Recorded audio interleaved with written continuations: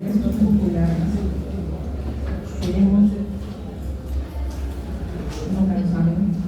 Bueno, ya estamos por terminar las clases del capítulo de cirugía general, ¿no? Algunos están contentos, otros están tristes, pero bueno, lo importante es que ya falta nomás otro capítulo más para terminar el curso. Espero que estén aprendiendo en vuestras sedes en el día a día. Bien. Entonces, el plan de clase hoy vamos a hablar de lo que es patología quística hepática, no toda la patología benigna hepática quirúrgica. Realmente no se pudiera hablar de toda la patología hepática quirúrgica, pero sí podemos, cuanto menos, hablar de las más importantes.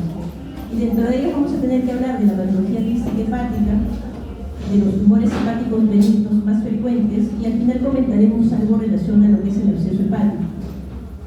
Los logros que buscamos que ustedes aprendan hoy es que reconozcan el tipo de enfermedad quística del hígado, el tratamiento a seguir, que usted identifique y determine cuando menos los tumores hepáticos benignos más frecuentes, y que determine también el tipo de absceso hepático, identificar la causa y el tratamiento o el manejo que usted haría usualmente en una sala de emergencia. Este es mi correo por si acaso tengan alguna duda, y la página esta de Facebook, que incluso ayer colgué algunas cosas del vídeo que tengo acá y de la guía clínica que ustedes seguro han leído a propósito del pretest. Bien, como es nuestra costumbre, vamos a hacer este pretest. Le voy a enviar el link a María. Y ya saben, ¿no? Los que de repente tienen algún problema con ingresar, sacan una hojita, ponen sus nombres, sus apellidos y colocan el número de pregunta y la letra que corresponde a la respuesta que ustedes consideren.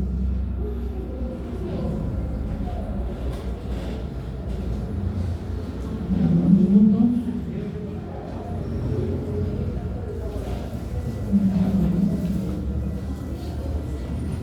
Bien, María, acabo de enviarte el link, si lo puedes compartir con tus compañeros. Tienen 4 minutos.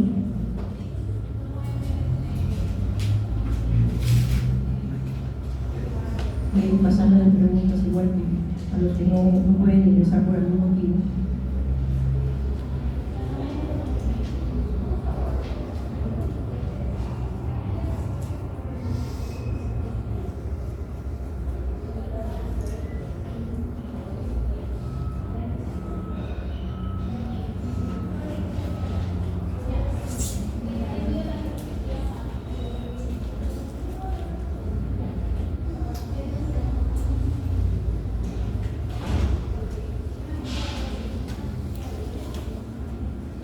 Acaban de llegar, empezó el pretest. Vamos a la pregunta 1. Ingresen al pretest.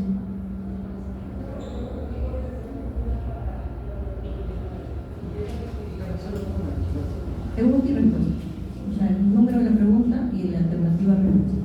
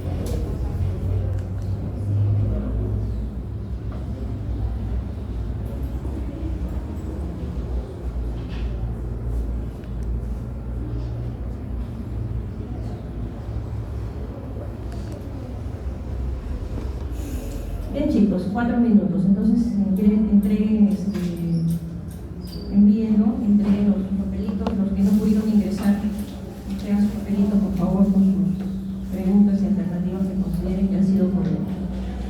Los que han podido ingresar no hay problema, pueden enviar por ahí su respuesta. Bien, vamos a empezar la clase de hoy. Y vamos a hablar primero, comentábamos, de la patología quística hepática. Y vamos a situarnos, vamos a proyectarnos acá en 3 años, cuando ustedes sean semistas, probablemente estén acá en este puesto de salud que se llama Bercomachaca, en Tarma. Están ustedes ahí bien contentos de guardar sus pacientes. Y en eso llega una paciente a vuestra consulta, una paciente mujer de 57 años, natural y procedente de Tarma. Ella vive a unos 20 minutos más o menos de donde está su centro de salud, donde ustedes están haciendo su servicio. Refiere no tener antecedentes ni médicos ni quirúrgicos de importancia, nunca se ha operado, realmente casi nunca ha estado en un hospital. Y refiere ella que un mes antes de su ingreso presenta una distensión abdominopélvica y dolor abdominal pélvico también, leve intensidad, pero que en la última semana ha aumentado de intensidad. Su hija vive en Huancayo, en la ciudad, y el fin de semana la llevó a un médico particular. El médico particular le evaluó, ustedes se dan cuenta, no es que esté gestando, ni es obesa, sino tiene una barrita bastante más allá de lo usual, ¿no? Ustedes la pueden ver acachada. Y ustedes cuando el médico le examinó, le dijeron, bueno, pero esto será su barriguita, no, y dijo, no, yo creo que acá hay un problema, y no le pido una ecografía, y le pide una tomografía, y la paciente le enseña a usted la tomografía.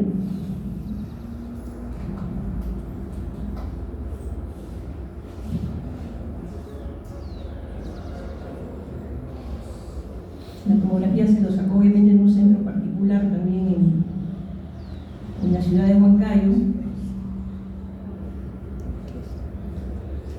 Y el médico que vio la tomografía le dijo pues de que era una operación bastante grande y bueno, tenían que hacerle más estudios y seguramente necesitaba una operación, y la paciente no tenía un seguro privado y el único seguro que tiene es el seguro social. Entonces le dijo, yo vengo acá porque yo soy asegurada y mi puesto de salud que me corresponde es justamente este centro de salud donde usted está trabajando.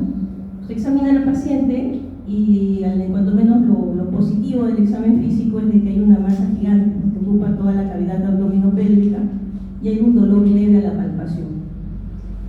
Entonces, en base a ello, pregunto yo, ¿cuál es el diagnóstico y el plan de trabajo a seguir? ¿Alguien que quiera aventurarse a decir algún diagnóstico? ¿O que pudiera tener alguna idea?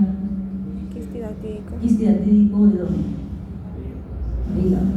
Bien. ¿Alguna otra opinión? Chicos, ¿qué hacemos?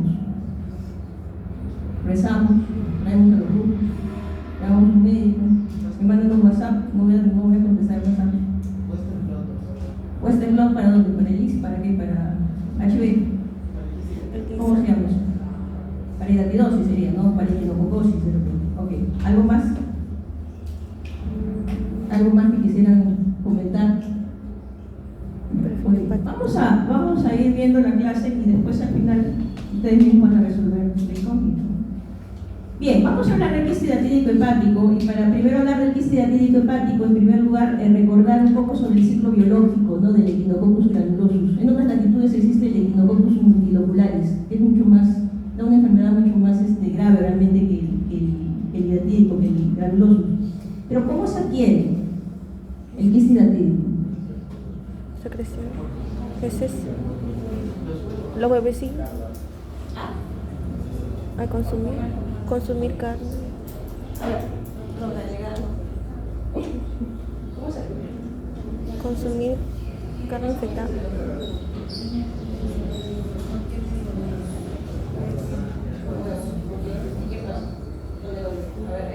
La doctora habla de que las heces de los perros están contaminados, evidentemente, ¿no? Defecan, sus reproducciones tienen los huevos y el Echinococcus granulosus, ¿cierto? ¿Y ahí qué pasa? Los animales lo comen. Y el hombre es el opuesto, accidental, intermediario o definitivo. Intermedio, 80 ¿Cuál años. es el término que es? Las El intermediario. las ovejas. No solamente la oveja, ¿no? El herbívoro. El herbívoro. El herbívoro que comió el pasto y obviamente no se la no tiene mano. Y eso es lo que genera justamente el ciclo biológico del Echinococcus granulosus, ¿no es cierto? Pues bien, tal como ustedes han comentado, es el ciclo biológico, hay que lavarse las manos, chicos, antes de comer algo.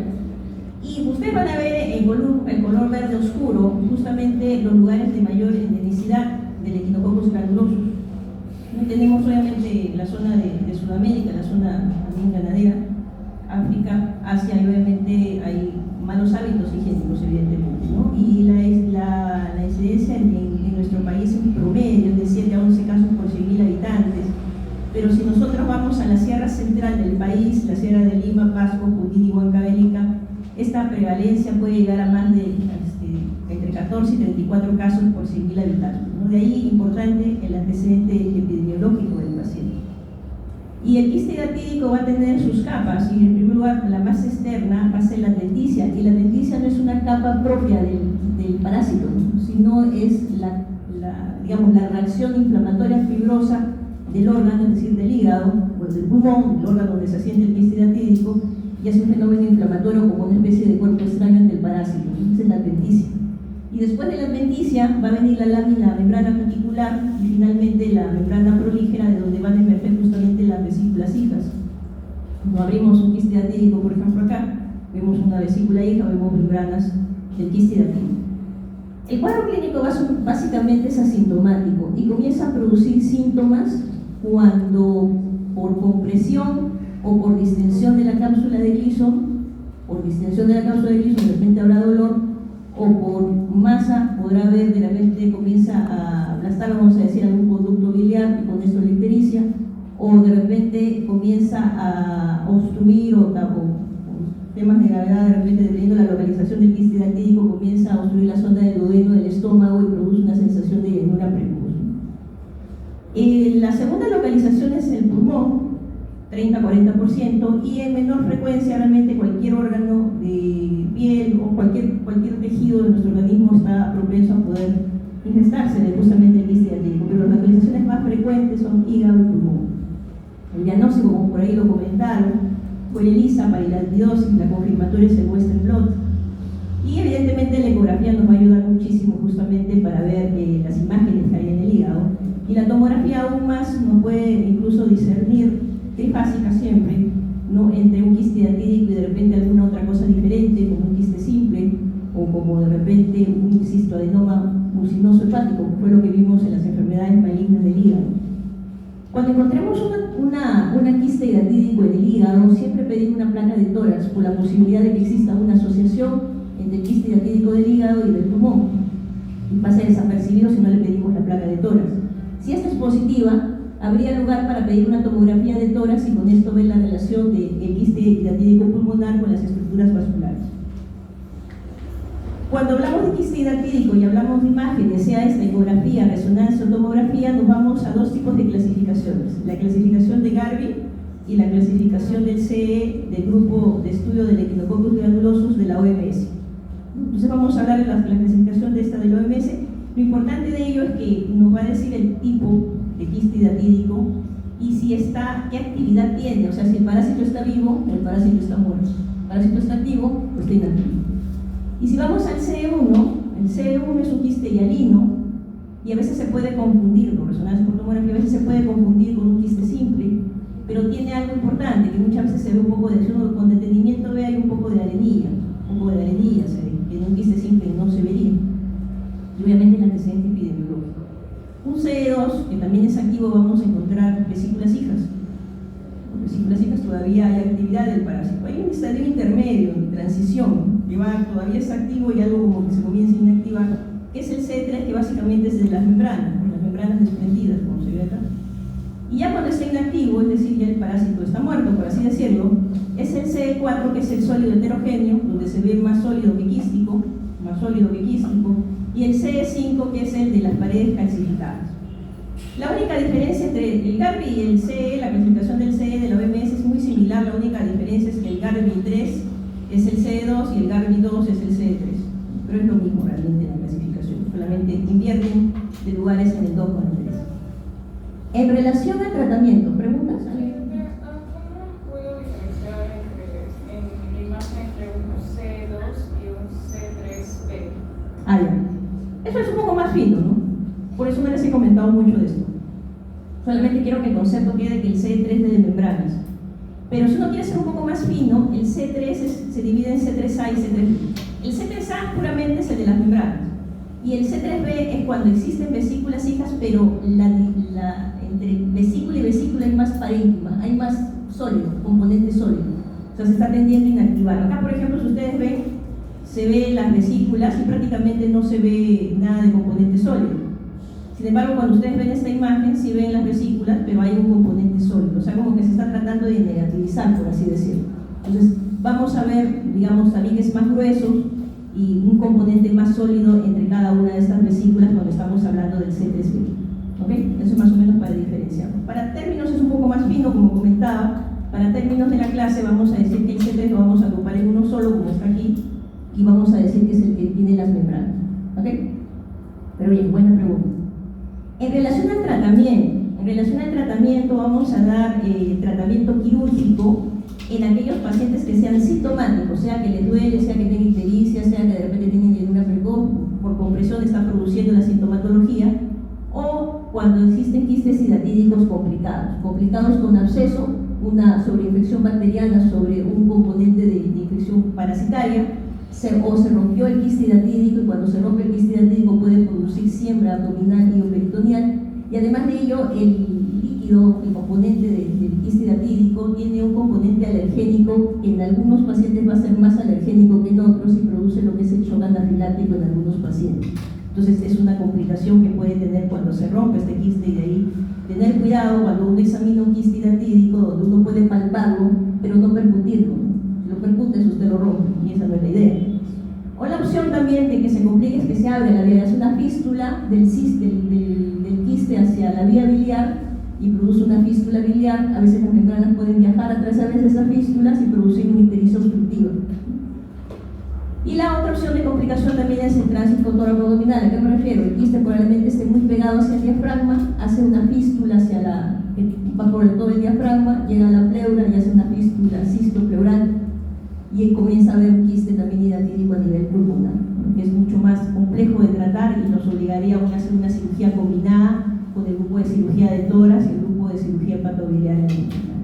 En todas estas cosas, cuando el paciente es sintomático o es un quiste hidatídico complicado, el tratamiento es quirúrgico.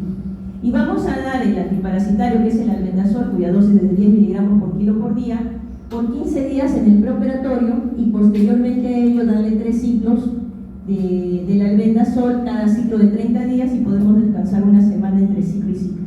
Estos 15 días preoperatorios, en los casos que podemos dar en el preoperatorio, porque si se rompió el quiste no le vas a poder dar en el preoperatorio porque obviamente tienes que operarlo, ¿no? Pero en aquellos casos de que de repente son sintomáticos, podremos dar el tratamiento de albendazol previo con la intención de inactivar lo máximo que se pueda del parásito. ¿Qué pasa con los portadores de quiste hidatídico asintomáticos? Y cuando son asintomáticos hay un manejo un poco diferente. Y vamos a irnos a los que están activos o los que están en transición de actividad, que es el C1 del hialino, el C2 que es el multivesicular, o el C3 de las membranas desprendidas. Y vemos el tamaño, más de 5 centímetros, menos de 5 centímetros. Menos de 5 centímetros, según los diferentes estudios han visto, que un buen porcentaje de ellos con el albendazol pueden ser curados. Más de 5 no funciona el albendazol solo. Entonces, a estos de menos de 5 centímetros le damos albendazol en la dosis ya indicada, a los 3 ciclos, y le hacemos un control ecográfico a los 3 meses, a los 6 meses y al año. Y la respuesta positiva es cuando bien se reduce de tamaño o comienza a ir pasando de la actividad a la inactividad. Comienza a hacerse sólido heterogéneo, en fin, en los controles no significa de que ya el parásito está inactivo y suficiente sería con ello. Pero en aquellos casos de que la respuesta es negativa, es decir, no disminuye el tamaño y más bien se queda en el mismo estadio, o fuera un C1 o un C2 o un C3 o más de 5 centímetros, esos sí tienen que ir a cirugía. Estos pueden ser cirugía abierta, laparoscópica, cualquiera de las opciones, pero solo en estos casos, más de 5 centímetros o que no responden al tratamiento de albendazol con menos de 5 centímetros, van a cirugía en estos casos. El CE4, el sólido heterogéneo, que tiene más componente sólido que líquido, lo primero que se tiene que hacer es un diagnóstico diferencial con tumores hepáticos, sean benignos o sean malignos. Que los malignos sean primarios del hígado o secundarios o metastásicos. Entonces, para ello tenemos que tomar una tomografía trifásica abdominal y cuando no tenemos claro, incluso una resonancia magnética trifásica. Si estamos seguros ya con esto de que es un sólido heterogéneo, es un quiste diatídico CI4, un sólido heterogéneo, vemos, es asintomático, podemos hacer el control al año y con eso sería suficiente, pero si es sintomático, sí tendríamos que ir a tratamiento quirúrgico. Y el CE5, que es el calcificado, de las paredes calcificadas, realmente hacemos un control al año y si vemos que no hay mayor variación, no necesita tratamiento porque es un estado de parásito inactivo. Estas son las complicaciones como comentó hace un momento. Tratamiento médico solamente para quistes menores de 5 centímetros C1, C2 y C3, como hemos comentado, o antes y después de la cirugía. Antes para tratar de inactivar la mayor cantidad de parasitaria, la carga parasitaria, y después de la cirugía para tratar de erradicar definitivamente la parte microscópica que pudiera existir y que de repente en la cirugía no lo vemos. Y dentro del tratamiento quirúrgico vamos a tener el tratamiento conservador, hacia ese lado, o el tratamiento radical. Y el tratamiento conservador es esto que vemos acá, que lo que hacen prácticamente es destechar, es el quiste, ¿no? Y lo que no está pegado al hígado, sino lo que está como el sombrerito del quiste, lo que hacemos es sacarlo, ¿no? Pero antes de sacarlo lo abrimos, sacamos todo el contenido, membranas, vesículas hijas y después lo cortamos. Entonces esto es una quistoperiquistectomía subtotal o quistectomía parcial o llamado también destechamiento. Este es un tratamiento conservador que en cualquier hospital, realmente nivel 1, nivel 2, nivel 3, en cualquier hospital se puede hacer, no necesitamos grandes especialistas para ello.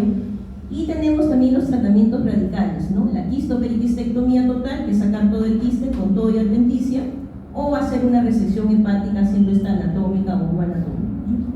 ¿Cuáles son las ventajas de una o de otra? La ventaja de la quistectomía parcial es que se puede hacer en cualquier hospital con no mucha logística, por así decirlo. La desventaja es que hace más recurrencia, puede llegar hasta un 25% de recurrencia, y las complicaciones postoperatorias son un poco mayores que los tratamientos radicales en relación a fístulas biliares y en relación también a colecciones en la cavidad residual que queda. En las radicales, si bien cierto, hay menor recurrencia y un poco menos de complicaciones postoperatorias, pero hay un alto riesgo intraoperatorio, ¿no? Porque obviamente es una cirugía mucho más compleja y nos obliga a que obviamente se tenga que hacer en un centro de origen donde haya servicio de cirugía HPV, que no va a ser siempre en cualquier sitio, probablemente se necesita de un hospital nacional. En buena cuenta, el destechamiento, para tener una idea de lo que es la quistectomía parcial, se ha abierto laparoscópica, se cubren con gasas alrededor, con solución escolicida, hipersuelo del 33%, se encuentra el quiste, se punza el quiste, se aspira, si no recibió tratamiento de albendazol cuanto menos 2 semanas antes, inyectamos hipersuelo al 33%, esperamos 5 o 10 minutos, aspiramos, volvemos a hacer un procedimiento para tratar de matar un poquito más el contenido. Y posteriormente se abre, se aspira el contenido, se saca el contenido que hay, ¿no? Vamos sacando membranas, se vacía prácticamente todo el contenido y posteriormente se va a hacer la resección de toda la capa que emerge, no sea todo el quiste que emerge, ¿no? Quistectomía parcial.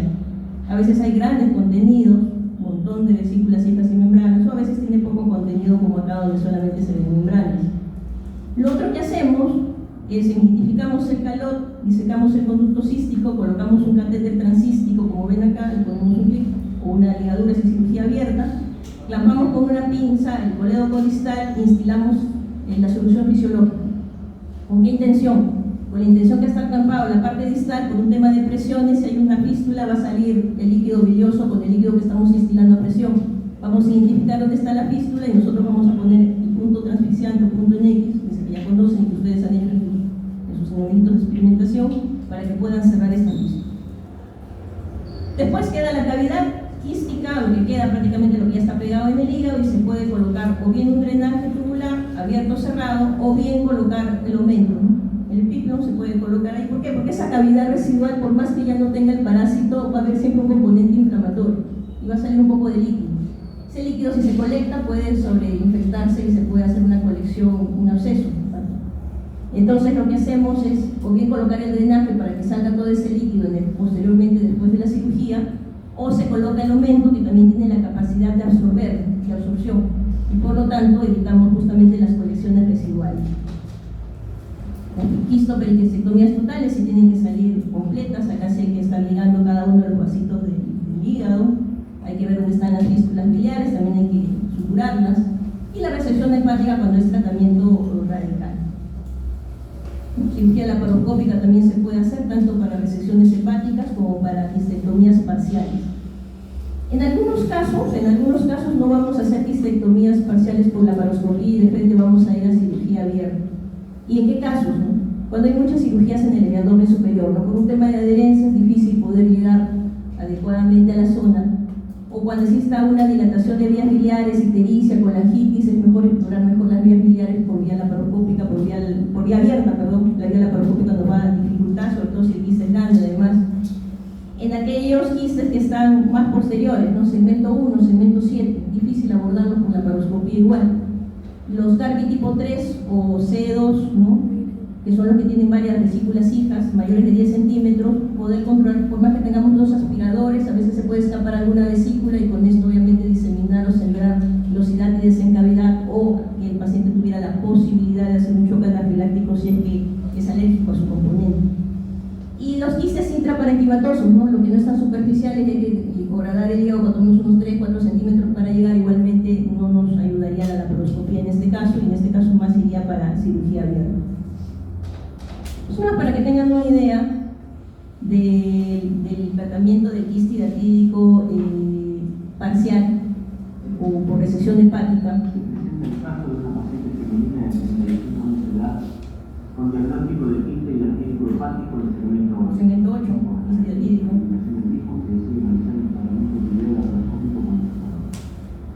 Ingresamos a la vía abdominal y nos encontramos con un quiste en el segmento 8 hepático que mezcla el mismo, adheriendo al diafragma y peritoneum parietal anterior.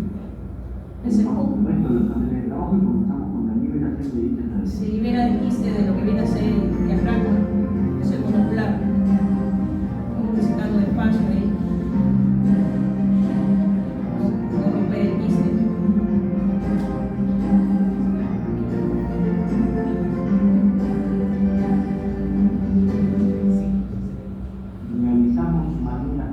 Estas gasas van a ir embebidas en hipersodio, el 33%, se colocan alrededor, colocas una bolsa y se pulsa. Si recibió el albendazol antes, podemos pulsarlo, aspirar y después de eso abrir el quiste y comenzar a sacar justamente el contenido.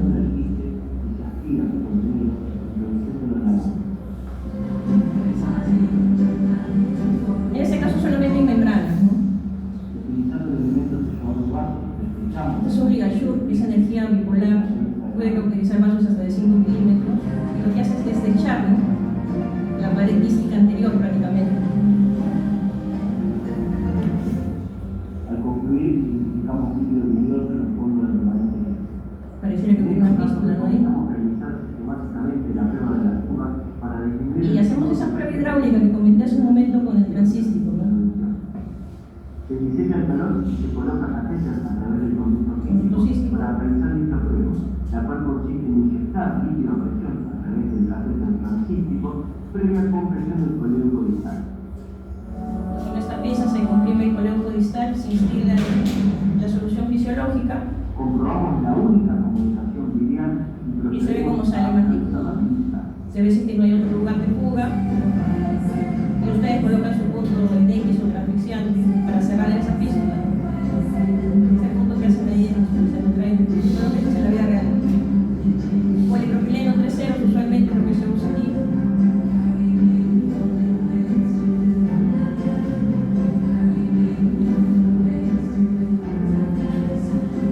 Se vuelve a hacer la prueba hidráulica.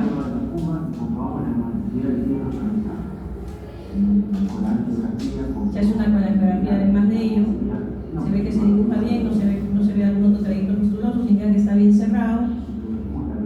Terminamos de sacar evidentemente la vesícula biliar y acá deberíamos poner una gasita acá alrededor para que no se vaya a contaminar.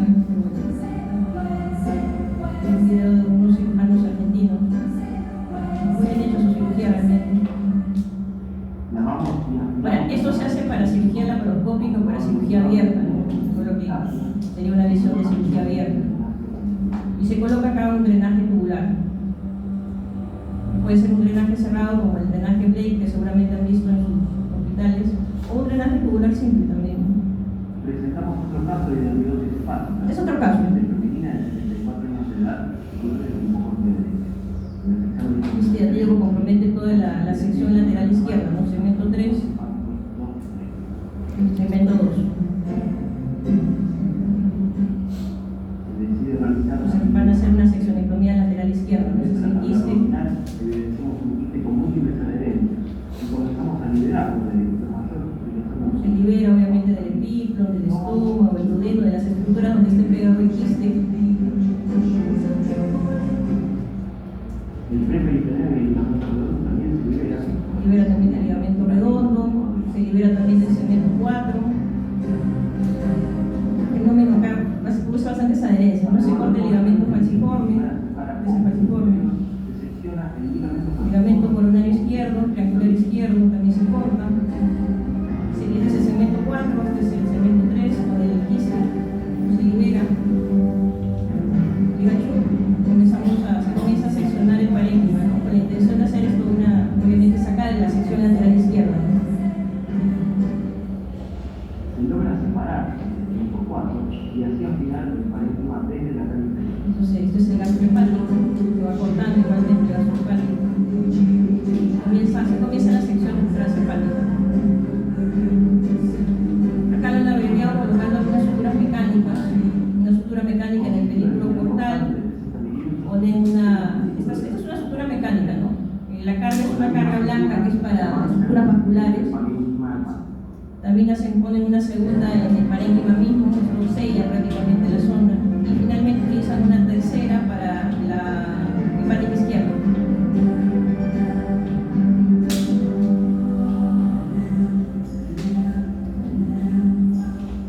Entonces el parénquima y finalmente esta que es para la hepática izquierda. Se acabó la seccionectomía lateral.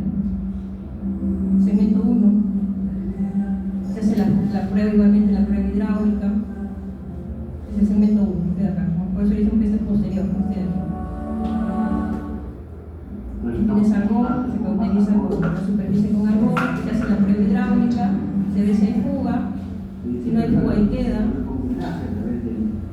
Y si hay fuga, como en este caso, sale bien, colocan un título. Y una ligadura dependiendo. Y bien, y después termina justamente en un drenaje tubular. Es lo mismo que sería para cirugía abierta, ¿no? Sino que esto se está haciendo en variedad laparoscópica. Bien, caso clínico 1. Paciente varón de 40 años, natural y procedente de Lima, sin antecedentes de importancia. Acude al control del chequeo de la empresa, le hacen una ecografía y le encuentran un quiste en el hígado. Paciente totalmente asintomático. Y encuentran eso. Pregunta, ¿cuál es el diagnóstico?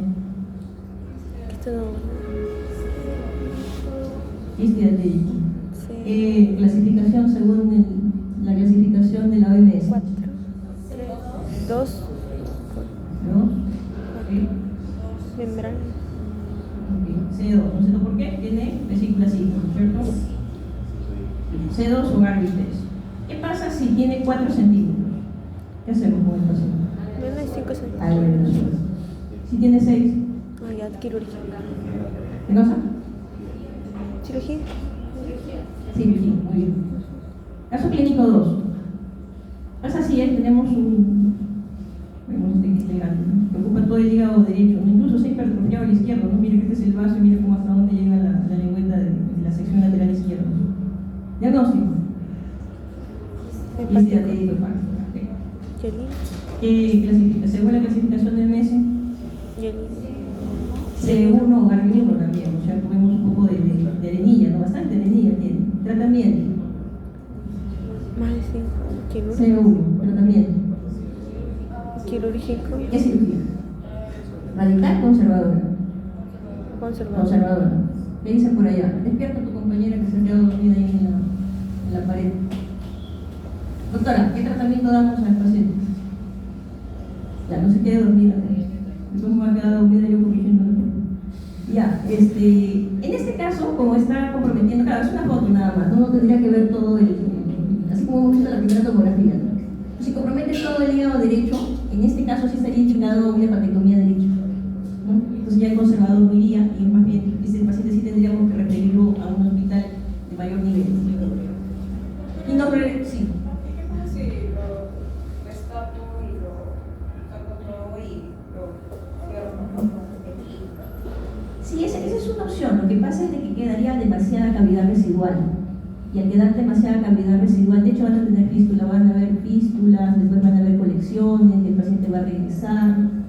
Y si es un hospital pequeño no va a tener la posibilidad de drenaje percutáneo, entonces de repente tiene que entrar nuevamente a sala de drenarlo y en general comienzan complicaciones muy grandes cuando la cavidad es demasiado grande. Si fuera una cavidad residual más pequeña pudiera ser. Por eso que los tratamientos conservadores van a ir más cuando el quiste no está, digamos, comprometiendo todo un segmento, toda una sección o todo un lóbulo.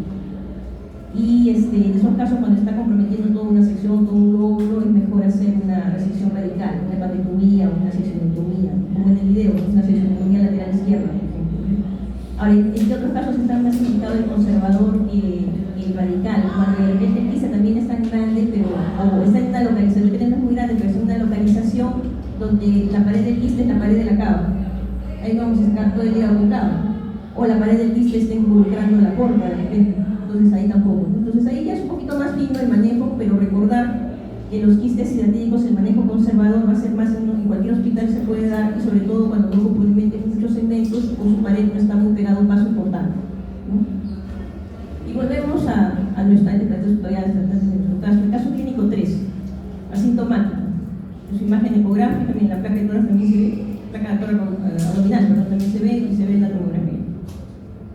¿Qué quiste hidratídico es? ¿Qué clasificación es? El 5, ¿no es cierto? Clasificados. O el Garvey 5, el CD5 clasificado. Tratamiento. ¿Qué hacemos? Manejo. Control ecográfico lunar, ¿no es cierto? Todo igual, no se agrandó, no pasó nada, ok, suficiente, se va de alta el paciente. Y volvemos a nuestro paciente. Entonces ahora sí podremos responder de repente. ¿Qué hacemos con este paciente? Entonces, ¿cuál es el paciente obviamente natural y procedente de Tarma? Con una distensión importante en toda la parte abdominopélvica, por ahí comentaron algo de quiste hidratídico hepático, quiste hepático. Recordemos la tomografía.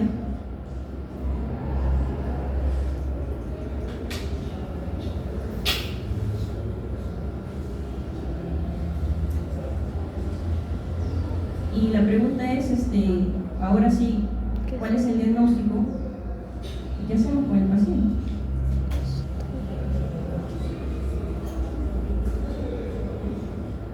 Grande, ¿no? Me dice que llaman chamán. Chamán de sur. ¿Cuál es el diagnóstico? El plan de trabajo y el manejo a seguir. ¿Cuál es el diagnóstico? Quiste hidratídico C2. Hidratídico de dónde? Cerebro. No, hepático. ¿Qué dicen por allá? ¿Solo hepático? Pulmonar.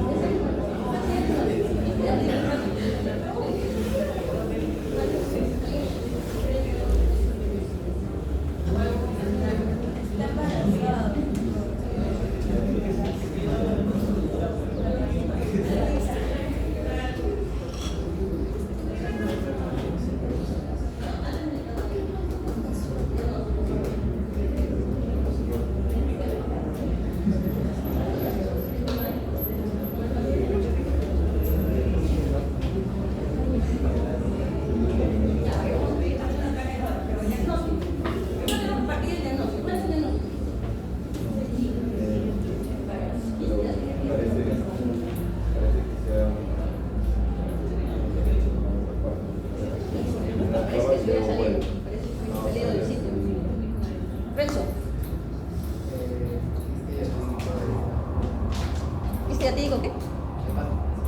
Nada más. ¿Algo más?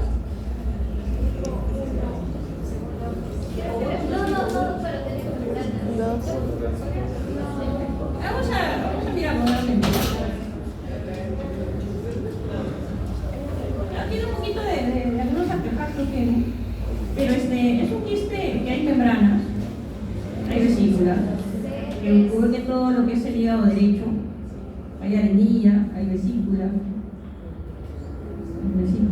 hay membranas, hígado derecho, acá hay más vesículas.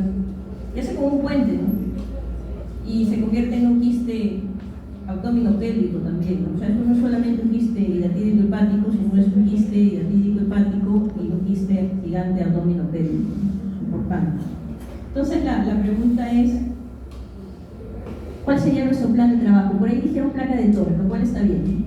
Porque solamente se ve abdomen, hay que ver en el tórax si hay algo, ¿no? Esperemos que no hay algo, que ya bastante porque tiene en la barriguita. ¿Qué más hacemos con el paciente? ¿Qué más le pedimos? ¿Algo más? ¿Qué? ¿Algo más, chicos?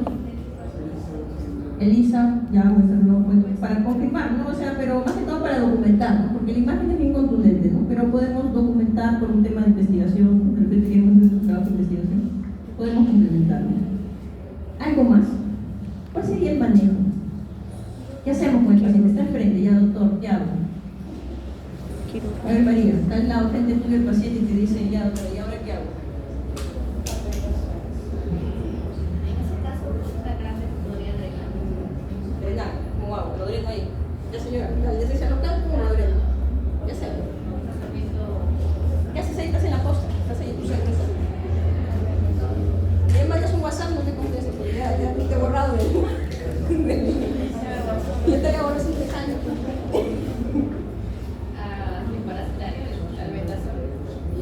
Al vendasol. ¿Qué hacemos? Quirúrgico. ¿Ah? Quirúrgico. Pues ya, ok, es quirúrgico, sí, lo tengo claro, es quirúrgico. ¿Pero qué hago ahí? Estoy en el centro de salud. ¿Qué hago? Preoperatorio, o sea, definir si es o no es un quiste hidatídico, o sea, con el Western blot, el Immunoblot, y le das, por ejemplo, 15 días al vendasol. Ya. ¿Qué más? Nada más. ¿Qué hacemos con el paciente?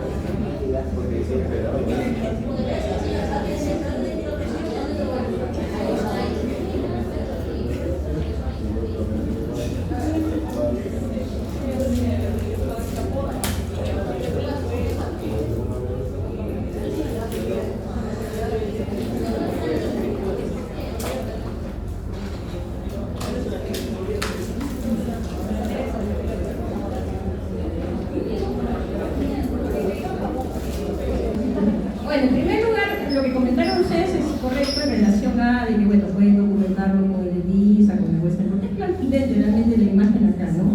Tienes el antecedente epidemiológico, tienes la imagen ahí, tienes la placa de tórax. Es importante que cuando uno diagnostique hidatidosis hepática, el quiste hidatídico hepático crece 1 centímetro al año. Esto debe tener como unos, si uno lo mide, tiene como algo de 35 centímetros en el abdomen pélvico y el hepático tiene como unos 15, 18 centímetros más o menos. Entonces estamos hablando de que tiene 57 años, seguramente esto lo adquirió de niña, ¿no? Y por lo tanto, al entorno familiar o al entorno cercano a la paciente es importante decirle a la paciente que como una recomendación se haga una ecografía abdominal y una radiografía de tórax, todo ese entorno. No porque sea contagioso de persona a persona, sino que pudiera ser que tengan similares prácticas higiénicas y la fuente de contaminación ha tenido que estar cerca. Ese perrito debe haber estado cerca de alguno de estos, de alguno de cuando podría ser más niña de repente. Entonces, para poder detectar a tiempo y para que no crezca esta barbaridad, por ejemplo, no pudiera ser. Eso es lo primero que hay que hacer. Después, ¿podemos empezar el albendazol? Sí, porque pensamos que esto es quirúrgico. Y la pregunta es la transferencia. Sí, hay que hacer la transferencia. ¿Lo haremos en un hospital 1? No. ¿Por qué? Porque nosotros vemos que está comprometido todo el hígado derecho, ¿no es cierto? Entonces el tratamiento ya no va a ser conservador, seguramente va a ser una hepatectomía derecha. Cuanto menos es lo que uno tiene la idea, ¿no? Puede ser que cambie la idea en el lugar de referencia. Tenía que hacer una hepatectomía derecha. Y un hospital nivel 1 esa opción no existe. Diferente al paciente asintomático que tenía su quiste, que comentamos hace un momento, que tenía su quiste diatídico de 6 centímetros, ¿no? Y era con vesícula cita, ¿no? Ese paciente sí puede ser un despechamiento, puede ser en el hospital 1 de ¿cómo se llama de ahí? De Tarma, de repente. Pero en este caso que empezamos a hacer una cirugía mayor, como es una resección hepática, tendría que ir a un hospital nacional. O tendríamos que averiguar si el hospital regional tiene la logística, probablemente no lo tenga. Creo que en Huancayo, porque hay que ver también dónde estamos, ¿no?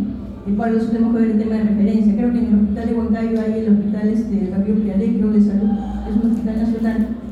Pudiera ser de que esa sea una opción. Porque es importante saber a dónde referir y tener una idea, que usted tenga una idea de qué cosa se va a hacer con el paciente. Porque si usted a ese paciente lo refiere al hospital 1 de Tarma, le van a hacer perder el tiempo a la paciente. Y se va a tener que después, no señora, acá no se trata de esto, se tiene que ir a otro sitio y agarrar el tiempo. Y en ese tiempo se puede romper el quiste, se puede infectar el quiste y más complicaciones en el paciente. Entonces hay que evitar de complicar al paciente en estos casos, ¿no? O pudiera aventurarse a hacer una quistectomía parcial y obviamente complicar también el caso, ¿okay? Entonces tener en cuenta que pudiera ser que en un hospital nacional, en este caso sería de Huancayo, podrían darle solución, pudiera, ¿no? Los de Huancayo siempre nos refieren a nosotros. Ya, continuamos. Entonces tenemos que tomar en cuenta y mientras tanto pudiéramos darle la albedazol y sí comentarle esto a la paciente, ¿no? En este caso sería el hospital nacional. Bueno, ¿qué hicimos en Revaliate? Tuvimos que hacer una incisión psicopúbica, ¿no? No se pudo liberar porque realmente el quiste estaba pegado a todo, se tuvo que abrir el quiste, sacar toda la vesícula, membranas y todo, y se tuvo que hacer la hepatectomía derecha, la hepatectomía derecha con todo el contenido, algo de contenido también del hígado derecho, pero nuestro residente bien contento, mira, con su bandeja de parásito, vesículas, pares, vesículas hijas, todo, ¿no? Se hizo la prueba viral porque es una foto del anterior, pero se hizo una prueba viral, sí había un montón de fístulas, ¿no? Por el tamaño del quiste, había varias fístulas que tuvieron que cerrar. Entonces nosotros salimos ahí cansados de la cirugía. Los residentes internos, este es un residente, un R3 del 2 de mayo que vino a aprender algo de cirugía hepatoviral en un mes. Espero que haya aprendido. Bien, el paciente se fue de alta en el postoperatorio 5 con su drenaje, pero como no toda felicidad tenga vida, cursó con una fístula viral, pero debajo de él, ¿no? Que era esperable, ¿no? Por la cantidad de fístulas que tenía. En el postoperatorio 7, la que cerró en el postoperatorio 14 de manera espontánea. Entonces, esta es la tomografía en el postoperatorio 7, y donde vamos a ver solamente hígado izquierdo, ¿no? Entonces solamente es hígado izquierdo, un poquito mal tomado, porta izquierda, no se ve hígado derecho para nada, no se ve el drenaje, y ya no está el quiste abdominopélvico que vimos hace un momento. Sí, ahí tiene una consulta. En el caso de este paciente, realmente tiene bastante hígado derecho, o sea, tiene bastante hígado izquierdo, perdón. Entonces, digamos, a la ojometría se ve de que hay parenflegia. Si uno tuviera una duda razonable, sí estaría indicada una volumetría. Que obviamente en tu centro de salud no la pudieras pedir, ¿no? Eso ya sería parte, ya estaríamos en el escenario de que usted lo recibe como interno de medicina en el servicio de cirugía, y ahí sí de repente lo ve y dice, yo de repente pido una volumetría hepática del lado izquierdo, ¿no? Sí estaría recomendado. Sí, sí. ¿Alguna otra duda o comentario? Bien. Es importante tener en cuenta ello porque a veces algunos de sus compañeros muy graciosos son ellos y me dicen, doctora, ¿por qué me explica tanto de los tratamientos? Yo lo refiero nomás, yo no sé qué hacer y yo no porque hasta en la referencia, para tener el criterio de referencia a dónde lo refiero, tengo que tener una idea del tipo de tratamiento, ¿okay? Justamente para no hacer perder tiempo al paciente y para que no se complique en esa espera, que ya sabemos lo que demoran las referencias y las citas, tanto en Seguro Social como en el Ministerio de Salud. Bien, preguntas hasta ahí, algo que no quedó claro o continuamos. Si hay alguna pregunta me dice. Si no hay preguntas, seguimos. Bueno, el quiste hepático simple, realmente el tratamiento no se hace mayor cosa con un quiste hepático simple, salvo que este esté complicado con algo, o duele, es decir, es más de 10 centímetros, distensión de la cápsula de Gleason, puede producir dolor. Obviamente si el dolor viene del cocote derecho y el quiste grande está en el lado derecho, y hay que ver si no tiene otra causa el dolor, y si no hay otra causa, bueno, le podemos atribuir al quiste y obviamente tendríamos que darle tratamiento. O si sangra o se infecta como un absceso, ¿no? Y en este caso se hace un destechamiento del quiste por la paroscopía. Esto lo pueden hacer en cualquier hospital, por lo tanto sí se podría referir de repente al hospital nivel 1 si tuvieran la paroscopía, o si no, de repente al hospital nivel 2. Y Y la otra entidad en lo que viene a ser quistes hepáticos es la poliquistosis hepática, que fue descrito por primera vez en el año 1856 por Bristow. Es parte de una herencia autosómica dominante cuando se asocia poliquistosis renal, y a veces podemos tener aquí, como en esta tomografía, ¿no? Poliquistosis hepática y poliquistosis renal, poliquistosis hepática y renal, o también puede haber solo poliquistosis hepática. Acá los riñones están indemnes. La gran diferencia entre la poliquistosis hepática y la poliquistosis renal es que la poliquistosis renal daña la función renal, y estos pacientes van a insuficiencia renal y van a diálisis, y muchos de ellos son tributarios de trasplante renal. La poliquistosis hepática no hay alteración de la función hepática, a pesar de que se vea poco parénquima, no hay disfunción hepática en sí. Y el cuadro clínico, la gran mayoría van a ser asintomáticos, realmente la mayoría no se hace nada, a no ser que estos quistes crezcan tanto, que hacen una hepatomegalia tan grande, como en este caso, por ejemplo, que ya comienza a tener síntomas, pero más que todo de tipo compresivo, ¿no? En el estómago, el duodeno, el paciente no puede comer, a veces se desnutre, o a veces no puede respirar bien y comienza la disnea, o el dolor va por el peso, ¿no? Por el peso que se tiene, ¿no? Puede haber obstrucción, si se rompe alguno de los quistes así, ¿no? Y así como los quistes hidatíricos tienen una clasificación que puede ser la Garvey, que puede ser la de la OMS, la poliquistosis hepática tiene la clasificación de Guigot, el tipo 1 son quistes grandes de 7 a 10 centímetros, pero que hay bastante parénquima entre quiste y quiste. El tipo 2, cuando los quistes son entre 5 a 7 centímetros, donde todavía puede haber algo de parénquima entre los quistes, y el Guigot tipo 3, que son quistes pequeños, de menos de 5 centímetros, la gran mayoría de ellos, no todos, pero sí la gran mayoría de ellos, y prácticamente ya no hay parénquima. Pero a pesar de eso funciona el hígado. Realmente, si uno diagnostica poliquistosis hepática, no se da ningún tipo de tratamiento, a no ser que sea sintomático. No si hay dolor, de repente, primero estudiar si no hay otra causa de dolor, y si lo único que se encuentra es el quiste, y usualmente son varios quistes hepáticos y uno de ellos es el que produce dolor, porque de repente es el más grande. Entonces se le da tratamiento médico, un analgésico condicional, y si a pesar de eso no cede, entonces vamos a drenaje por radiología intervencionista y escleroterapia, pero solo del quiste grande, ¿no? Del que nosotros creemos que produce la complicación, sea este el dolor o sea esta la compresión gástrica o duodeno que le impide comer adecuadamente y tiene una precoz, por ejemplo. Cuando este tratamiento por vía percutánea no se puede hacer o recurre muy rápidamente, entonces vamos a hacer desechamiento del quiste por laparoscopía. Y en algunos casos tenemos que hacer un abordaje mixto entre resesiones hepáticas y desechamiento de los quistes que producen los síntomas, ¿no? Como este paciente tenía llenura precoz del lóbulo izquierdo, que uno abre y prácticamente se sale el quiste, el hígado por la poliquistosis. Entonces en este caso, como produce compresión del duodeno, compresión del estómago, entonces se hace una hepatectomía izquierda, por ejemplo. Ahora, con eso no va a sanar el paciente, no solamente es un sintomático, un tratamiento sintomático, ¿no? Porque va a volver a crecer los quistes, en parte es hereditario, esto es congénito, por así decirlo. Pero lo que se hace es que después va a ir creciendo, pero poco a poco. Entonces esperemos que los próximos, no todos los quistes van a dar sintomatología. ¿Y cuándo se indica trasplante hepático? Cuando es un Guigot tipo 3, pero siempre y cuando exista hipertensión portal por la misma compresión, una grave afectación de la calidad de vida, son grandes hepatomegalías, el paciente no come, se desnutre, hay dolor, hay lumbalgia, no puede respirar, entonces tiene que ser sometida a la decisión del comité de trasplante hepático a ver si tiene indicación o no. Y cuando existe poliquistosis hepatorrenal y el riñón ya está en diálisis o en prediálisis, pues se podría indicar un trasplante hepatorrenal si es que tiene indicación también de trasplante hepático, evidentemente. Bien, entonces ahora vamos a pasar a lo que son los tumores hepáticos benignos. Y dentro de los tumores hepáticos benignos vamos a tener de origen epitelial, mesenquimal, pseudotumores, una gran cantidad realmente, pero vamos a hablar nosotros de 3 fundamentalmente. Y para ello nos vamos a teletransportar a Europa, justamente esas guías que les he enviado como lecturas obligatorias, que supongo que han leído. Entonces nos teletransportamos a estas guías que, aunque pareciera que ya tuvieran algunos años, porque es del año 16, del 2016, sin embargo todavía tienen vigencia hasta ahora, y creo que son las que están un poquito más resumidas.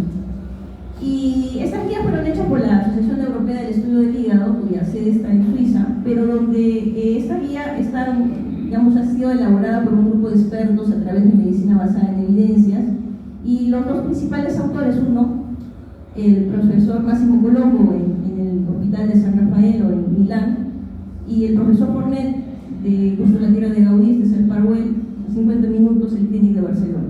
¿Okay? Entonces ahí hicieron estas guías. Y vamos a empezar por el hemangioma hepático. Y el hemangioma hepático es la tumorización hepática benigna más frecuente en el hígado.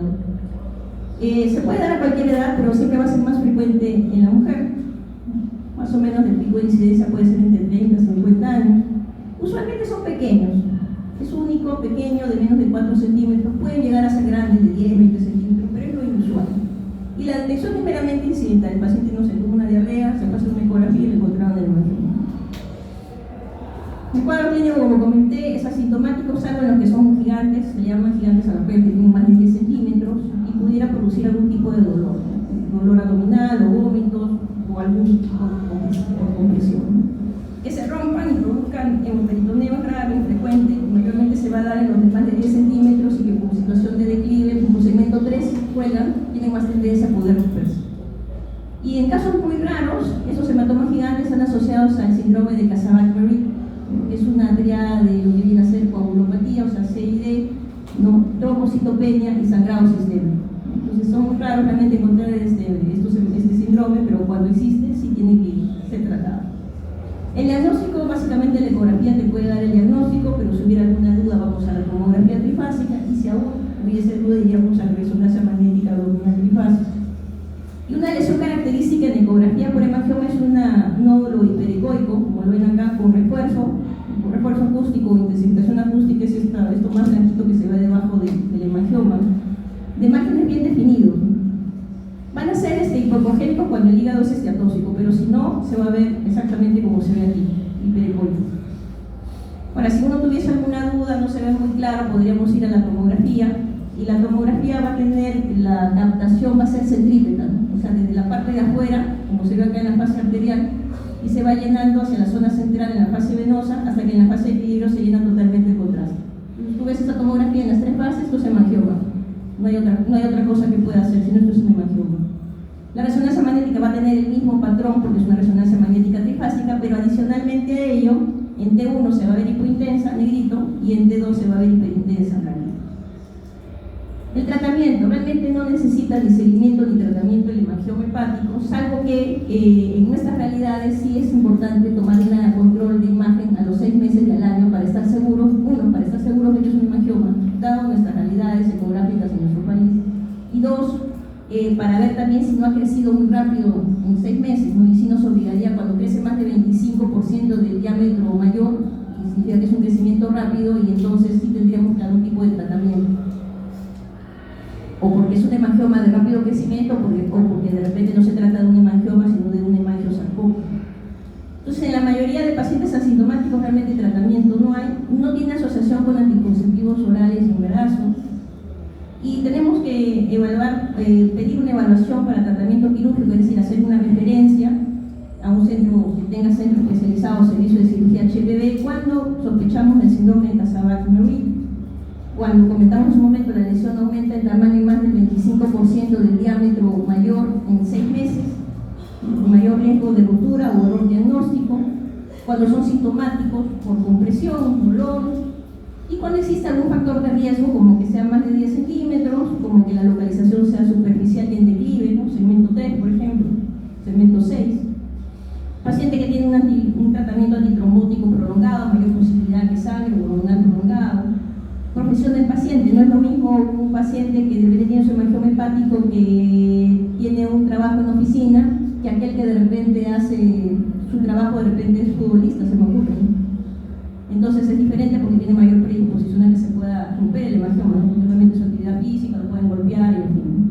Y el factor social, no es lo mismo que un paciente tenga un hemangioma hepático, vamos a decir unos 5 centímetros, unos 8 centímetros, no llega a 10 de repente, ¿no?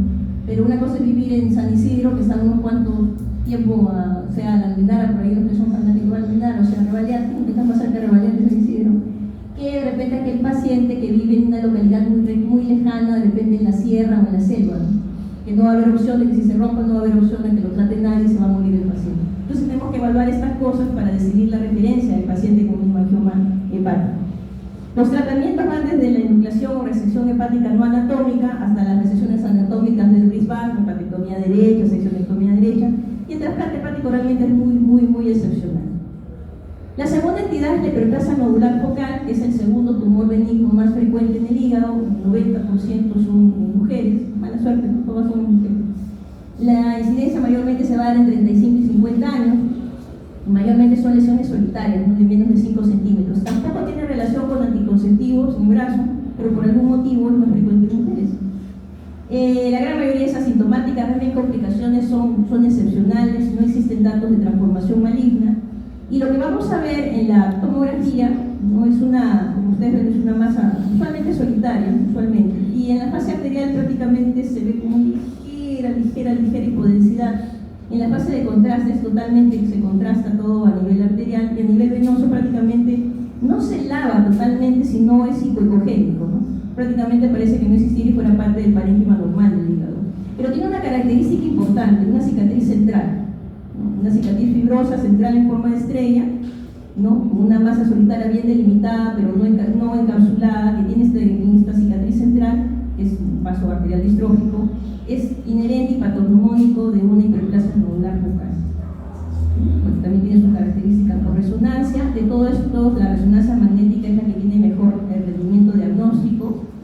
Y cuando son lesiones típicas de hiperplasia nodular focal con la cicatriz central en forma de estrella, realmente no requiere ningún tratamiento, ¿no? Porque no se reportan complicaciones, ni sangre ni se maligniza.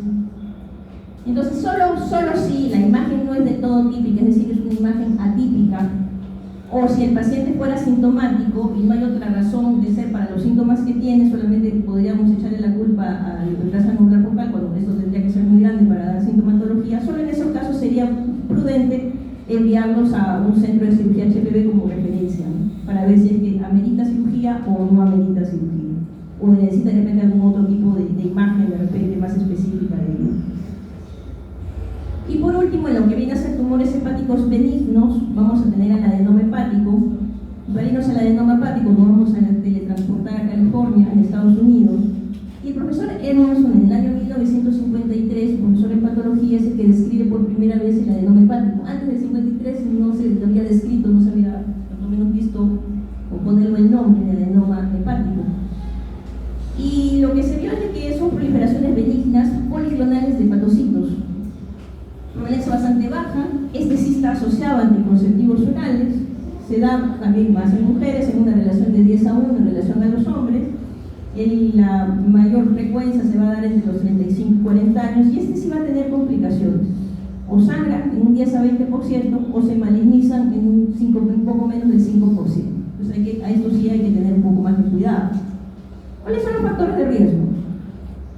Estrógenos, anticonceptivos orales. Y estos chicos que quieren ir al gimnasio, los andrógenos también predisponen como factor de riesgo, ¿no? Se miran entre todo. No he visto ninguno así, pero bueno.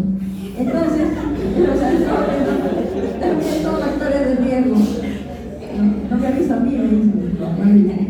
También son factores de riesgo. Chicas, cuidado con estos chicos, pues eso es, no, van a hacer su ecografía. Bueno, más allá de la broma, tenemos otros factores de riesgo, ¿no? También como esta estenosis hepática y por ende la obesidad, el alcohol, las enfermedades vasculares hepáticas, ¿no? Síndrome de Buchiari, por ejemplo. Enfermedades de almacenamiento de glucógeno o diabetes móvil tipo 3, ¿no? Son uno de los otros factores de riesgo que tenemos que tomar en consideración. La historia de los adenomas hepáticos cambia en el 2002. ¿Y por qué digo que cambia en el 2002? Porque antes de 2002, cuando yo estaba sentada igual que ustedes, el adenoma hepático era una entidad monoclonal. Decías, adenoma hepático es un solo tipo de adenoma hepático, no existe otra cosa más. Pero a partir del 2002 se comienza a estudiar lo que es la mutación del gen de la beta-catenina, y con esto su relación de que algunas neoplasias benignas, como es el adenoma hepatocelular, tendrían posibilidad de degeneración maligna a hepatocarcinoma. O cuando comenzó el estudio en relación a la inactivación bialélica del TCF1, que es un gen que se encuentra en los adenomas hepáticos. Entonces, después del 2002, la historia fue otra cosa, y esta entidad queda considerada monoclonal, es policlonal, y esta es la clasificación actual del adenoma hepático. Son varios. ¿Me va a tomar eso otra? No, no les voy a tomar eso, es una barbaridad. Imagínense que le tomara cada una de estas cositas, nos mueren todos ya. La clasificación molecular del adenoma hepatocelular tiene que ver ligado justamente a identificadores, a marcadores moleculares de cada una de estas clonas, vamos a decir, de adenomas hepatocelulares, que no solamente van a tener una identificación molecular, sino también una identificación genética, y también tiene una diferenciación histológica, que en algunos casos se puede ver algunos de ellos, algunos de estos tipos de adenomas hepatocelulares con resonancia magnética trifásica, pero con sustancia hepatoespecífica. Lo que sí quiero que quede claro de este gran cuadro que está aquí, que no lo he hecho de maldad por si acaso, en la revista, es justamente que los que tienen, justamente los tipos de la beta-catenina en el exón 3 están más ligados, primero, andrógenos, hombres, jóvenes y que tienen transformación maligna. Estos son los que se van a transformar. De repente el inflamatorio no se transforma, de repente el gen del HNF1A no se transforma en maligno, pero estos sí se transforman en malignos. Y en la otra variedad del adenoma hepatocelular que tiene mayor predisposición al sangrado y se asocia más a obesidad es el del gen SONIC. ¿Okay? Son los dos que se complican, por así decirlo. El problema es que no somos tan sofisticados para poder encontrar la clasificación molecular. Tenemos que sacar una biopsia, no tenemos bien sus marcadores acá, que no vamos a poder tener mayor cosa, ¿no? Pero aún así la biopsia y la clasificación molecular actualmente está más que todo en el tema de investigación. Y en el diagnóstico puede dar dolor abdominal, pero igual, toda la sintomatología usualmente va a ser dependiendo qué tan grande sea, qué tanto distiende, en qué localización está y si comprime o tiene alguna sintomatología proveniente más que todo de la compresión o el dolor por la cápsula de liso. También puede dar sangrar, por lo tanto es un hemoperitoneo, y estos están ligados más que todos los adenomas hepatocelulares de más de 5 centímetros, ¿no? En menos de 5 centímetros realmente no se han visto hemorragias reportadas, cuando menos en la literatura, y se malignizan usualmente los que tienen más de 5 centímetros o, independientemente del tamaño, son varones. Porque lo que se ha visto es que el gen de la beta-catenina en el 100% de hombres que tienen un adenoma hepatocelular, el 50% tienen beta-catenina positiva y se degeneran a enfermedad maligna. ¿Okay? En la mujer tenemos más, podemos tener mayor predisposición a adenomas hepáticos, pero son menor porcentaje de degeneración y tener el beta-catenina y evidentemente la posibilidad de hacer un HCC. Bueno, enzimas hepáticas o marcadores tumorales realmente no nos ayudan. El diagnóstico diferencial lo debemos hacer con la hiperplasia nodular focal y el hepatocarcinoma bien diferenciado. No tiene un patrón característico ni ecográfico ni tomográfico. Puedes tener una sospecha de que esto es un adenoma hepatocelular porque esto no es un hemangioma, esto no es maligno, esto pudiera ser que no es una hiperplasia nodular focal, de repente no lo tengo claro. Entonces, pero no tiene una representación característica, cuando menos en ecografía y en resonancia. Tiene varios patrones, por lo mismo que es policlonal. Pero lo que sí podemos ver en la resonancia magnética, en la gran mayoría de adenomas, no en todos, pero en sí muchos de ellos, es de que cuando no tiene contraste es ligeramente más hipodenso, ligeramente. Cuando está contrastado en fase arterial y venosa, capta el contraste casi homogéneamente, y ya en la fase de equilibrio comienza a borrar un poco, pero no se logra borrar de todo, obviamente conservando un poco de contraste. Entonces, para el diagnóstico realmente la resonancia magnética trifásica con contraste hepato específico es la que más nos va a ayudar para el diagnóstico. La de contraste convencional con gadolinio también nos puede ayudar para el diagnóstico, pero la de sustancia hepatoespecífica nos va a ayudar no solamente para el diagnóstico, sino también en algunos casos para el tipo, de cuanto menos un par de adenomas hepatocelulares. ¿Cuáles? El tipo esteatóxico tiene una característica determinada por resonancia magnética con sustancia hepatoespecífica, el inflamatorio, ¿no? Obviamente eso tiene sus marcadores moleculares, genéticos, histológicos, ¿no? Pero podemos diferenciarlo por resonancia magnética. Y hay otro que sí es el clásico, el no clasificable, ¿no? Que realmente no podemos tener ciencia cierta exactamente de qué tipo es, pero es el que es muy parecido a lo que hemos comentado acá, ¿no? El no clasificable es así, pero no sabemos qué tipo molecular tiene, pero sabemos que es un adenoma hepatocelular. Bien, vamos a seguir. Bueno, el manejo y el tratamiento, varias guías, pero la guía que tenemos ahí de la Sociedad Europea creo que es la que nos da un poco más luces en relación a lo siguiente.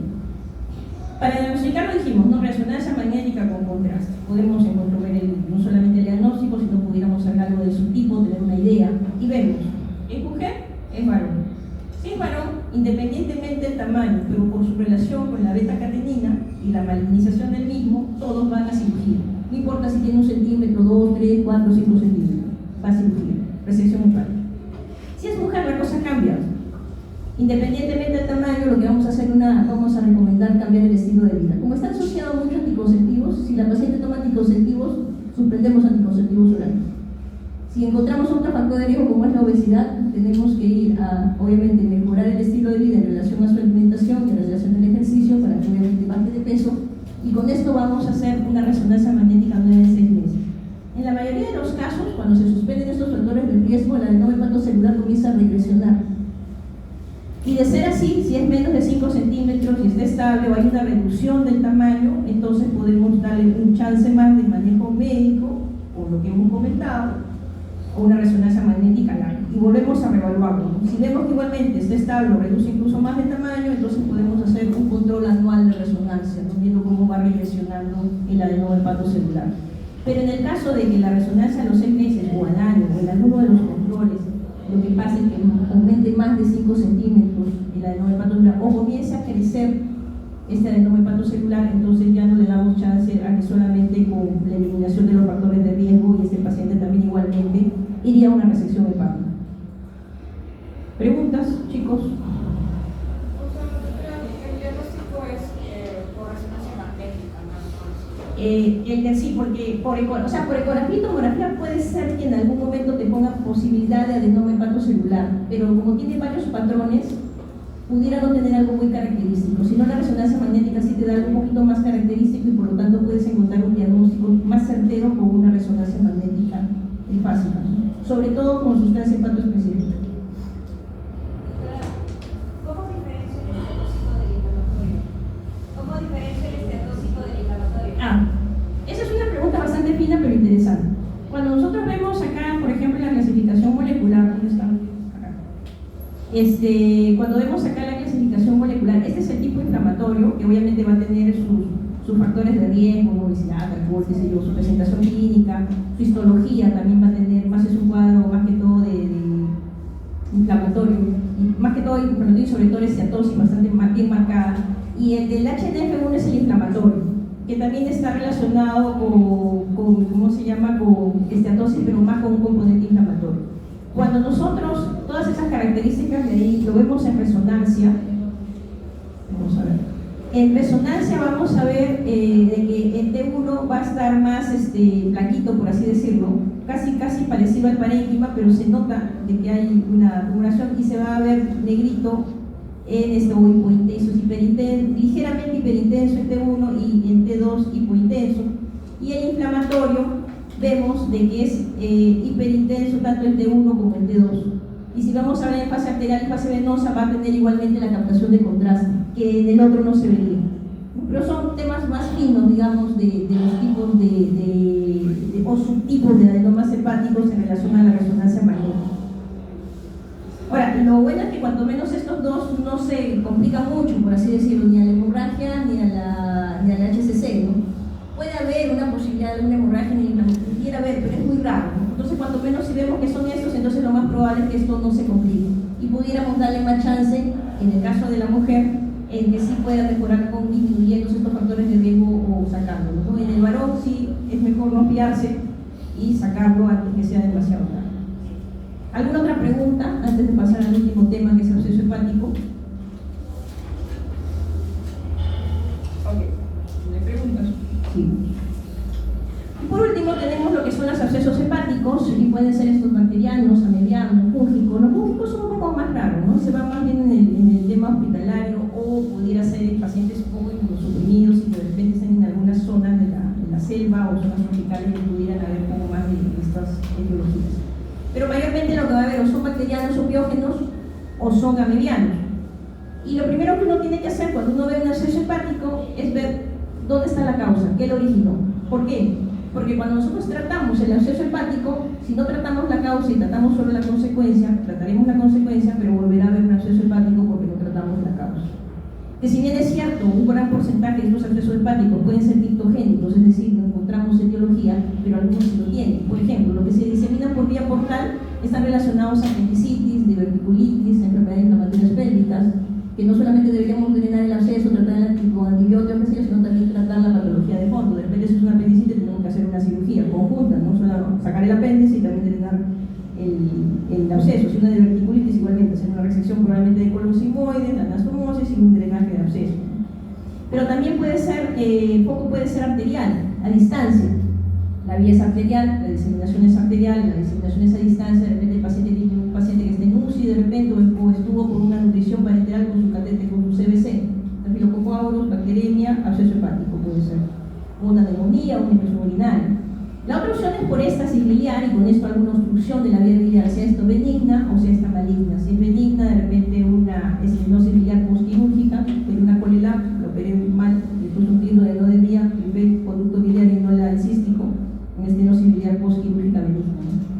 puede llevar, obviamente, por temas ascendentes, a hacer una colangitis y con eso un absceso hepático. O un colangiocarcinoma, igualmente por éstasis, voy a tener un reflujo ascendente y por lo tanto una colangitis ascendente y con esto la posibilidad de formar un absceso hepático.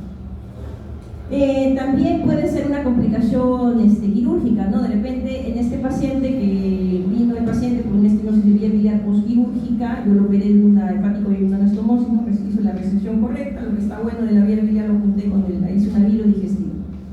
Tomé fotos, salí en el Facebook, en el TikTok, pero después de unos tiempos, de unos meses, el paciente nuevamente viene itérico, de repente por una estenosis de la divulgación bilodigestiva. Como hay una estenosis, obviamente vamos a tener una colangitis ascendente y la posibilidad de un absceso hepático igual. Entonces puede ser postquirúrgica.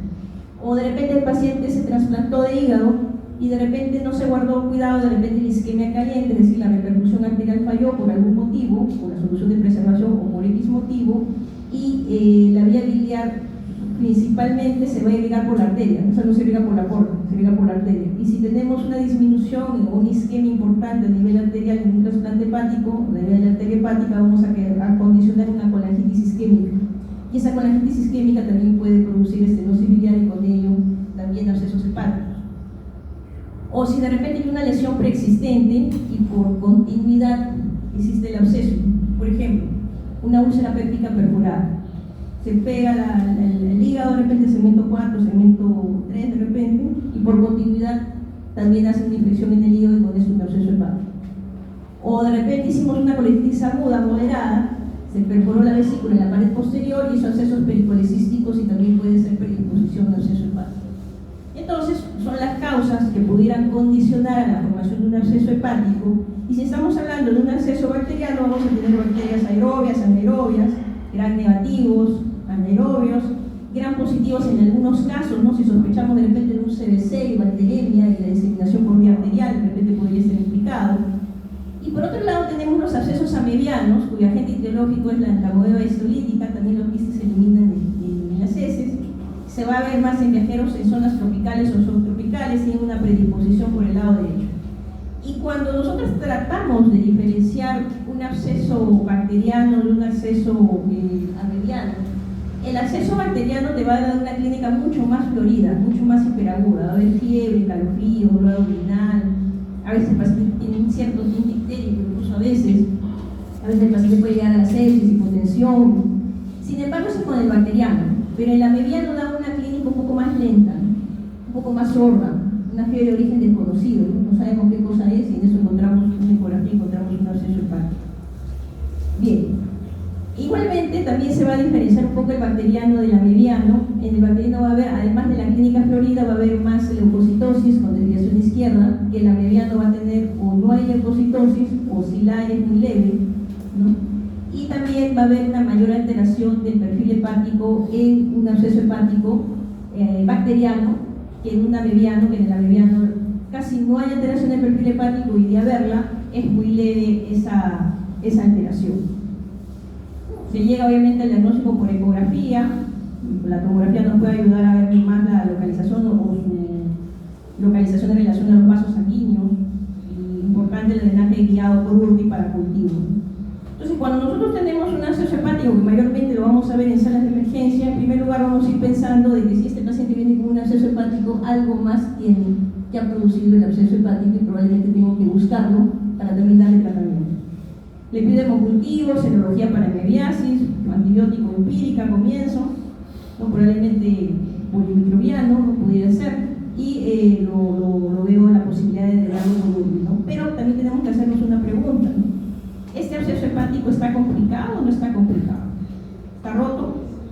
¿Se localiza en un lugar de difícil acceso que no podemos drenarlo por URI? Por ejemplo, un absceso hepático en el diafragma o en el segmento 7, en el segmento 8, que para tener una ventana, el radiólogo intervencionista tiene que hacer una punción desde la piel y tiene que hacer un abordaje transpleural. Yo colocar una aguja transpleural para llegar al segmento 7 o al segmento 8, claro, lo punzo, sale la pus, y cuando saco la aguja con la pus. Y obviamente contamino la pleura y con esto no envío más probabilidad. Entonces, no vamos a hacer eso. Entonces, cuando hay ese tipo de abordaje, si pensamos en ese tipo de abordaje, es mejor no hacerlo un drenaje percutáneo, sino más bien irnos a un drenaje quirúrgico, ¿no? O cuando la causa requiere un manejo quirúrgico, ¿no? Tengo una apendicitis y un absceso hepático, cirugía de emergencia, apendicectomía laparoscópica, drenaje del absceso hepático por laparoscopía. Entonces, en esos casos no vamos a drenaje percutáneo de inicio, sino vamos a drenaje quirúrgico. Cuando no está complicado en sí, hay un fácil acceso, de repente por el radiólogo intervencionista, nos vamos a preguntar, ¿el acceso tiene menos de 3 centímetros o tiene más de 3 centímetros? Aproximado, no es de todo siempre, pero no es de todo así siempre 3 centímetros, 2.9, 3.1, pero más o menos es un aproximado. Cuando es menos de 3 centímetros, usualmente suele mejorar el cuadro clínico y tratarse bien cuando, con antibióticos. Pero cuando es más de 3 centímetros sí vamos a necesitar un drenaje y dirección percutáneo, ¿no?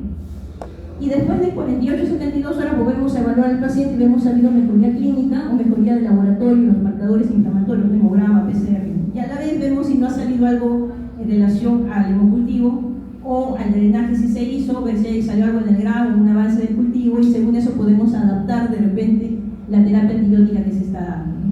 Si el drenaje que se hizo, si el antibiótico que se dio ya no funciona, no hay una mejoría clínica, no hay una mejoría laboratorial, tenemos que ir al drenaje. Si ya se hizo el drenaje pero no hay mejoría, tenemos que ir a un segundo drenaje, pedir cultivos nuevamente, todo, ¿no?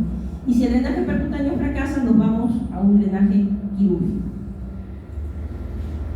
Usualmente los antibióticos que vamos a tratar para el acceso bacteriano, primero antibiótico parenteral, drenaje, tratamiento del foco primario, una buena cobertura es ampicilina, genta, metronidazol.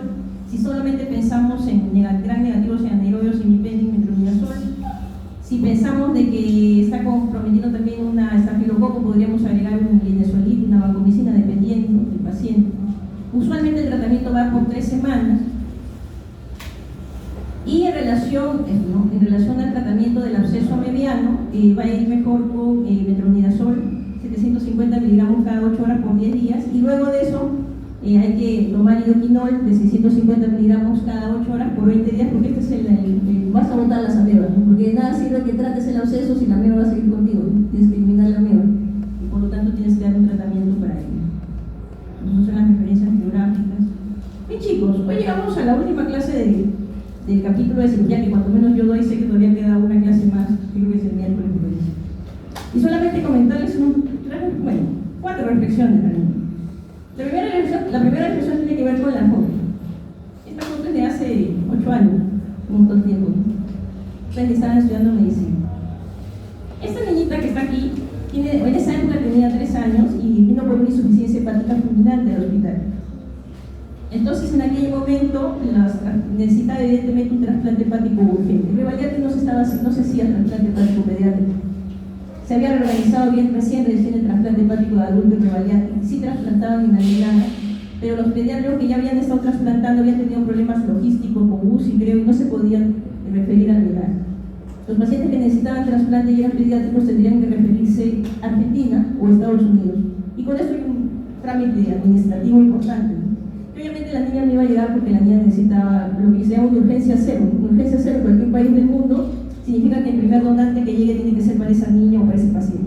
En nuestro país es imposible con la tasa de donación tan baja, sobre todo si es una niña muy pequeña, evidentemente. Entonces, bueno, se nos ocurrió la idea de hacer el primer trasplante hepático pediátrico con injerto vivo en Revaliate. Demoramos aproximadamente 72 horas en organizar todo.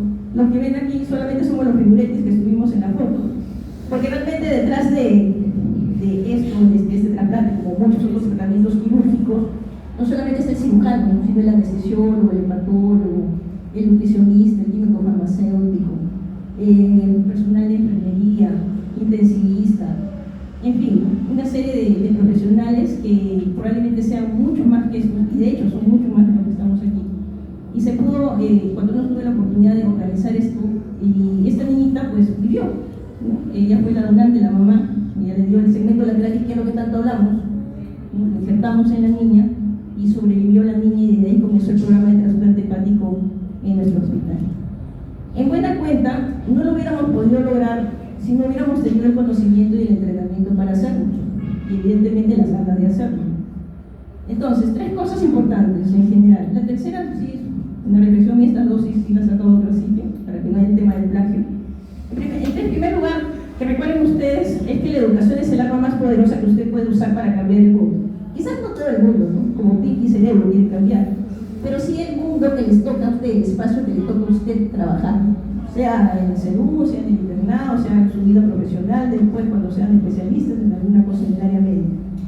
El conocimiento es poder realmente, y usted tiene que aprovechar la oportunidad de aprender algo nuevo cada día.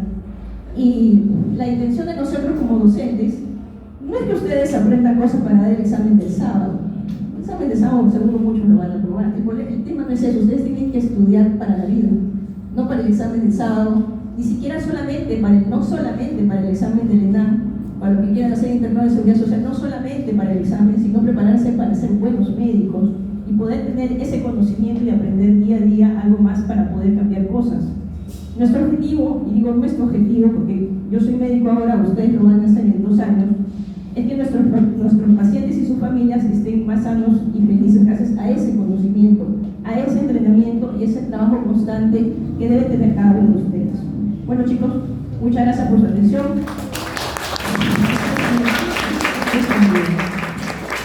Bien chicos, preguntas, gracias por los aplausos, preguntas, comentarios.